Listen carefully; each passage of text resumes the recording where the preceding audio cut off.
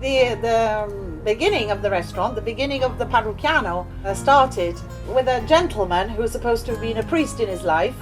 He studied to become one, and then just before he took his vows, he fell in love. So he was having, a bit of hanky-panky going on there as well. He married the young lady in the end, and then after they got married, he decided he'd like to open up an osteria because he had to make his way of earning money. Osterias used to exist many years ago. There were places where you just go and have wine. These places in those days were cheap to run. He didn't have any money, so that's why he decided to open up an osteria. So he rented the very first room on the ground floor. That room then was a dark, dingy room. The rent was cheap, and he named it La Favorita, which means the favorite. But everybody knew him as the priest, even though he never became one in the end. So he was called by all of Sorrento O Parrucchiano, which means parish priest in Neapolitan dialect. So that was then his family nickname, and that then became the second name to the osteria. That's why the restaurant has got the two names, La Favorita O Parrucchiano. While people were having a drink, they wanted to eat something.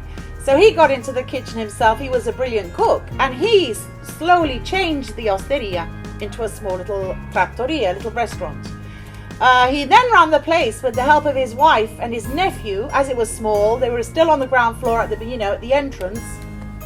When he died, he left everything to this nephew, and this nephew was my husband's father. So it's always been in the same family ever since the naughty priest. When my husband's father took over from his uncle, then the restaurant became quite famous, because that was the period that cannelloni were invented here. People from all over Italy in hordes used to come to eat cannelloni here then, and they were called strascinati. That is the original name of the cannelloni, which means pulled pasta. They were small, macaroni-shaped pastas then. As the years have gone by, they've become bigger. Today we make a rectangular-shaped pasta. We then prepare the filling. The filling is a meaty filling. We use minced meat, but we always make our own now with beef. We also use 3 different types of cheeses. That's the mozzarella, ricotta, parmesan. There's also a little bit of tomato, carrot, onion, garlic, olive oil, basil leaf, salt, pepper, nutmeg, eggs, wine.